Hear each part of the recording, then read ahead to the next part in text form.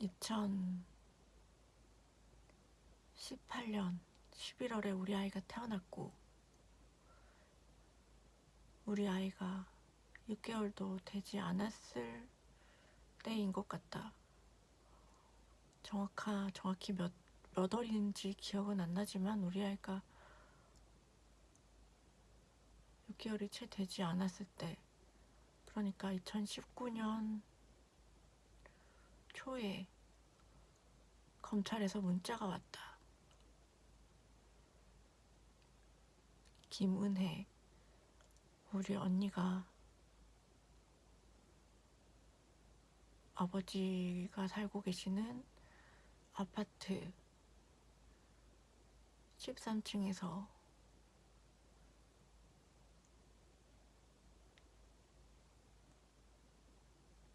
투신 자살을 했다라고 검찰에서 문자가 왔다. 보통 자살자의 경우 경찰에서 연락이 올 것 같은데 검찰에서 그런 문자가 와서 너무나 이상해서 남편에게 언니가 죽었다는데 말이 안 되는 것 같다 라고 하니까 남편 표정이 그래, 말이 안 되는 건 맞다, 그런 표정이었다. 그러니까 남편은 무언가를 알고서 언니가 죽은 게 아니지만 사망한 것으로 그렇게 되었고, 아이가 너무 어리고 아이를 맡길 데가 전혀 없었기 때문에 분유를 먹어야 되는 아이를 내가 보고 남편 혼자 장례식에 다녀왔다. 그리고 나서 그렇게 지내다가 만 2년 전, 2년도 더 되기 전 문제가 생기고 난 이후에 우리 언니가 죽지 않았는데 어떻게 되었나. 언니 납골당에 한번 가보자 라고 남편한테 말을 했는데 남편이 그래 알았다 이러면서 화를 내면서 그럼 가자 이러고 화를 내면서 우리가 어디 가던 길이었는데 그 가던 길에 내가 보면 약간 트라우마가 있는 그런 차들을 보여주기 시작했다. 그것은 그런 차들을 보여줌으로써 내가 도망가길 바라고 그런 것이었는데 그 차들이 뭐냐면 2002년 내가 고소했던 남봉우가 사고 싶어 했던 차, 레인지로버와 익스플로러, 그리고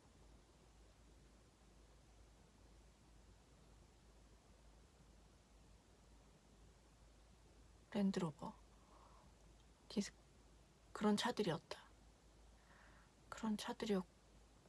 어쨌든 그 반응이 너무나 이상했고, 그런 채로 언니 납골당에 가보지도 못한 채로 살다가 친정과도 거의 연락을 하지, 아버지와 사이가 좋지 않아서 친정과도 연락을 하지 않고 있었는데 만 2년 전부터 이렇게 지내는 것에 문제가 생겨서 나를 내쫓으려고 하다가 안 되면 또 다시 나와 아이를 같이 내쫓으려고, 그런 일들이 반복이었는데, 그러다가 또 중간에는 그냥 셋이서 잘 살기를 바라는 그런 때도 있었는데, 내가 그러면 셋이서 잘 살면 언니는 만나게 해주는 것인가? 언니는 어떻게 됐는데? 그동안 있었던 사실 확인 이런 것을 요구하고 그럴 때마다 다시 또 내쫓으려 하고 그런 것들이 반복되었다. 그러다가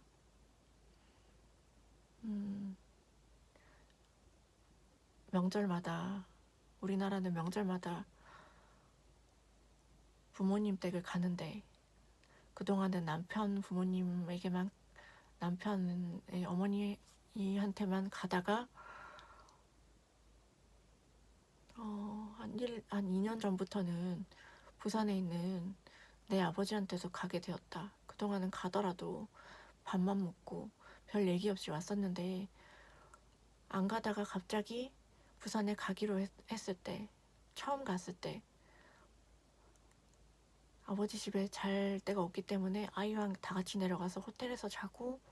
아버지를 만나러 가는 날, 가는 길부터 방해가 있었다.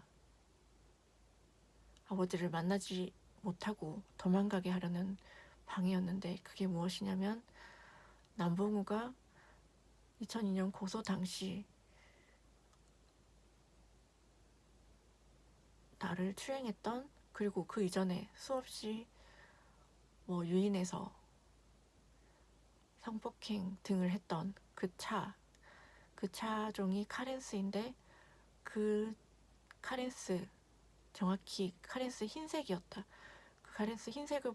보여주 가는 길에 일부러 계속해서 따라가면서 보여주는 식으로 방해를 했고, 어쨌든 아버지를 만나서 밥만 먹고 왔었는데, 최근에 아버지에게 너무 답답한 마음에 우리가 이렇게 살고 있다, 항상 우리를 내쫓으려고 하고 있고, 그러나 우리는, 나와 내 아들은 어디도 갈 수 없다, 내 남편과 이혼이 아닌 도망으로 끝나기를 이 사람들은 바라는데 절대 그렇게 할 수 없다라고 아버지한테. 그러니까 내가 이혼 얘기를 꺼내면 내 남편은 전혀 말도 안 된다, 전혀 이혼 생각한 적 없고 우리 아무 문제 없는데 왜 그러냐, 반응은 이런 식으로 하면서 항상 나를 괴롭게 하거나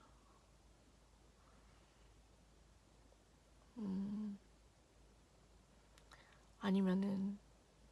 일부러 우리 아이를 울린다거나, 아니면 아이 얼굴에 상처를 내고 바늘로 찌르는 등으로 상처를 내고, 정황상 우리 아이가 어린이집을 다니지 않고 있을 때도 상처가 났기 때문에 그 얼굴에 상처 난 사진들은, 바늘로 찔린 상처가 난 사진들은 내 폰에도 사진들이 다 남아있고, 커터칼 같은 걸로 1cm가 안 되게 그어놓은 상처 이런 것도 있었고, 어떤 날은 발목을 어떻게 했는지 발목에 크게 멍이 든 적도 있었는데, 어쨌든 그럼에도 불구하고 포기할 수가 없었고, 언니와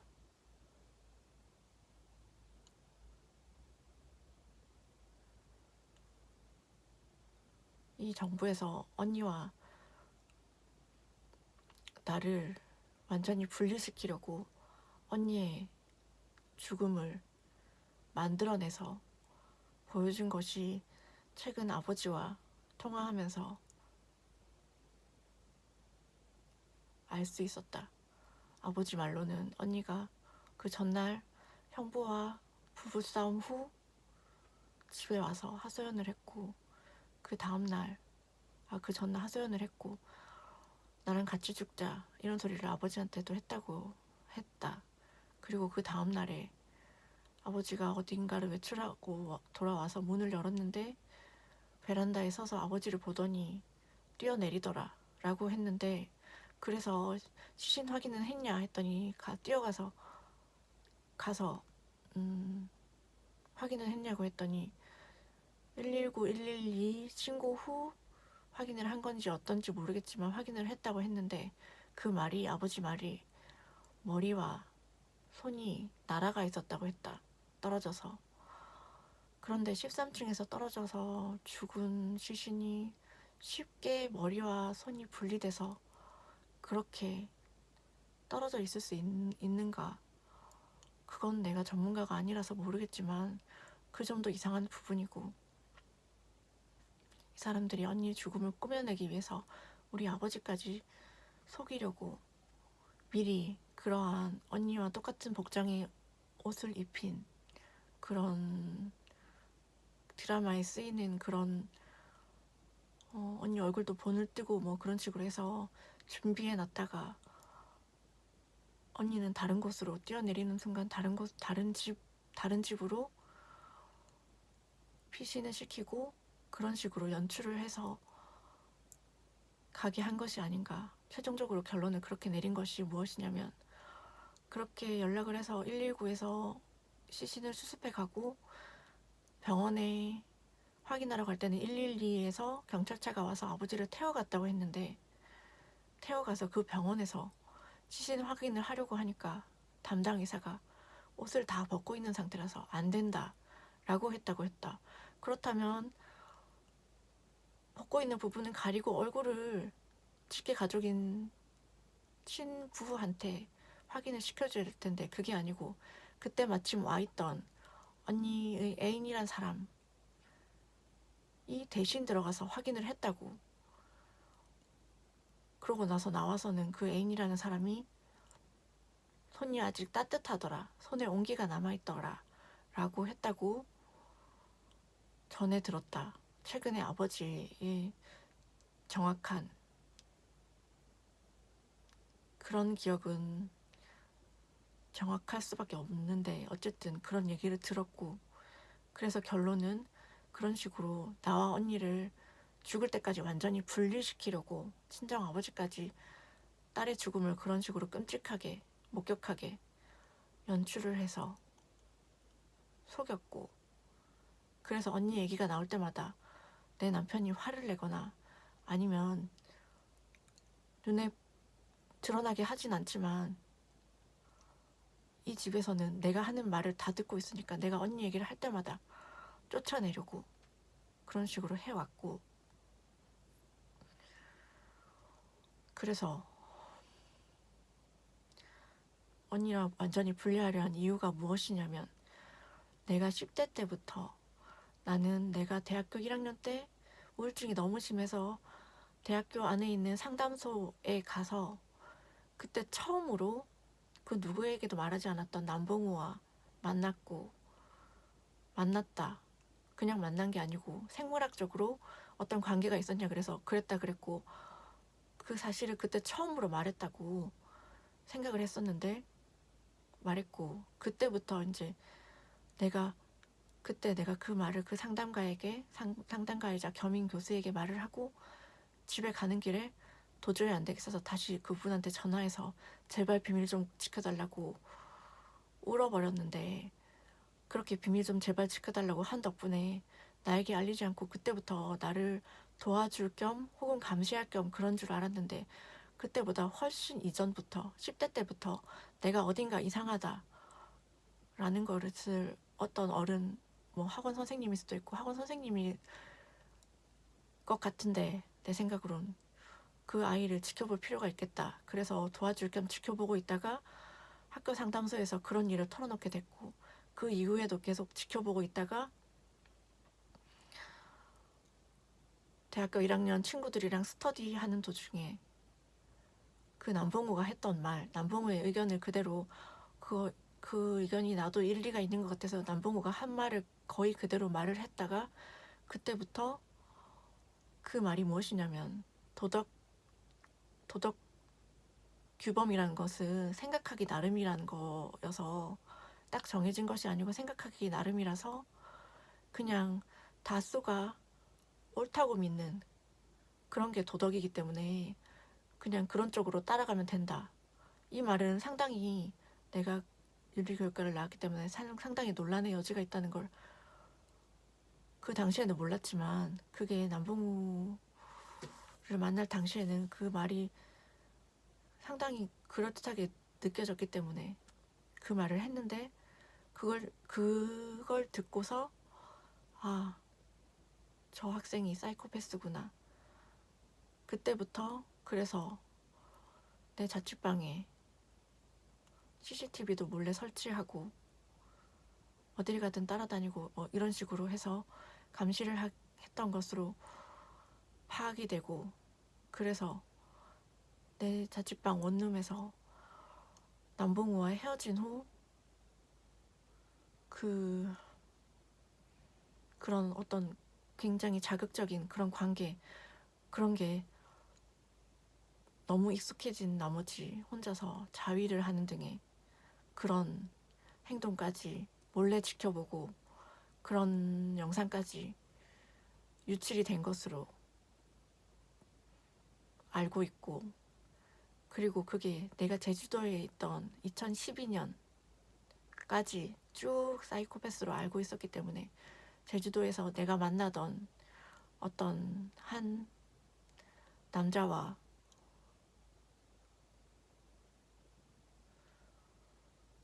혼자 살던 아파트에서 뭐 둘이서만 개인적인 그런 뭐 섹스 동영상 이런 것까지 다 몇 개인지도 모를 정도로 언젠가 한 번은 확인을 해보고 싶었지만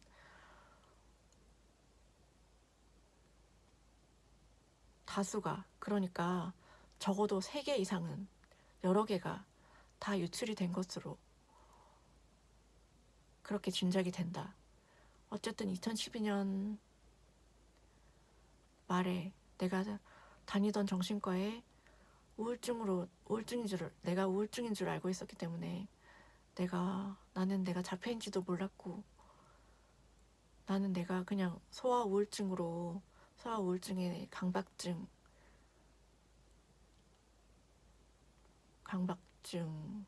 불안장애 등등이 겹쳐져서 있는 줄 알았고, 그런 것들로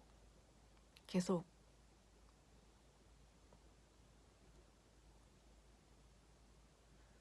우울증 치료를 받다가 2012년 말에 다니던 정신과에 가서 그 의사에게 상담을 하던 도중 오래전에 만났던 사람이 소시오패스라고 그랬던 것 같다. 그게 사이코패스와 소시오패스가 헷갈려서 소시오패스라고 말이 나갔던 것 같은데, 어쨌든 그 말이 나감과 동시에 그게 내가 아니고, 그 사이코패스는 내가 아니고 그 남봉우였구나. 그렇게 돼서 그때부터 이 정부에서 나를 감시하던 사람들이 이거를 어떻게 수습해야 될 것인가 고심을 하다가 언니와 형부를 설득해서, 언니와 형부에게 시켜서 부산으로 가서 공무원 준비를 해보게 권유를 해서 부산으로 가게 되었다. 그러나 제주도에 있을 때까지 그 수많은 대학교를 다니는 동안에도 그 대학 동기들이나 선후배들, 교수들까지 모두 다 내가 사이코패스로 알고 있었고, 그래서 나만 모르는 비밀, 그래서 그때 당시 사귀던 같은 과 남자친구와 있었던 성적인 뭐 그런 개인적인 일들까지 모든 게 다 퍼져나갔고, 사이코패스에게 인권 따위는 없다, 그런 것이었던 것 같다.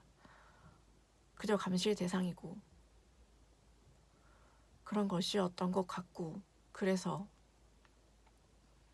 그런 식으로 수많은 뒤에서 저 사이코패스, 자폐, 저 사람이 졸업을 해서 무사히 취직을 해서 잘 됐으면 하는 마음에 도와주는 줌과 동시에 감시를 계속해왔고, 그 와중에 가장 가까이 있었던 형부와 언니가 동생이 사이코패스라고 얘기를 들었을 거니까 뭔가 뒤에서 하는 일들에 대해서 직접적으로 들은 것도 있고, 또 나에게 뭐 언니가 수영을 다녀보라고 권유를 한다든가 뭐 이런 식으로 개입해서 하는 일들이 많았다. 그래서 2012년까지 일어난 일들을 수습하기 위해서 내가 부산으로 가서 공무원 공부를 하다가 병증이 좀 심각해져서 공부도 안 되고 집중도 안 되고 포기하고 그냥 그렇게 지내다 술이나 마시러 다니고 그렇게 지내다 남편을 소개받았고, 그러나 남편을 소개받은 것도 친척의 소개인 줄 알았으나 나중에 알고 보니까 그 친척은 전혀 친척 관계가 없는, 그냥 모르는 남편의 회사 이사님의 부인이었을 뿐이었고, 어쨌든 그런 식으로 계획적으로 소개된 그런 결혼을 해서 모든 것이 감시당하는 이 집에서 생활을 하게 됐고, 그리고 우리 아기가 어릴 때부터 그동안 그런 식으로 됐다는 것을 간접적으로 나에게 직접적으로 알려주면 문제가 될 것 같으니까 뉴스라든가 라디오를 계속 듣게 해서 라디오를 통해서 간접적으로 어떤 메시지를 전달한다거나 그런 식으로 나에게 전달을 하면서 그런 식으로 생활을 해왔고, 그러다가 결혼도 했고 아기도 있으니 그때까지는 내가 다중인격으로 알고 있었기 때문에 이 사람들이 다중인격에다가 남자만 보면은 뭐 달려들고 싶은 그런 스토커 그런 걸로 알고 있었기 때문에 저 다중인격 장애인 스토커가 아기도 있고 결혼도 했으니까 이제 아기도 있으니까 어떻게 도망가지도 못하고 어떻게 못하겠지. 그래서 우리 아기가 어릴 때 언니의 죽음을 그런 식으로 연출한 것으로 보인다. 아니, 사실이 그렇다. 아무리 생각해봐도 그렇다. 그러니까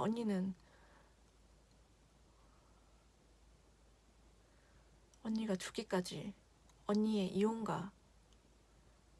언니가 바람이 나서 이혼을 하고 또 그 근처로 뭐 방을 얻어서 생활을 하고 또 내가 결혼하고 아기를 임신한 동안 혼자 택시기사라고 하는 남자친구와 함께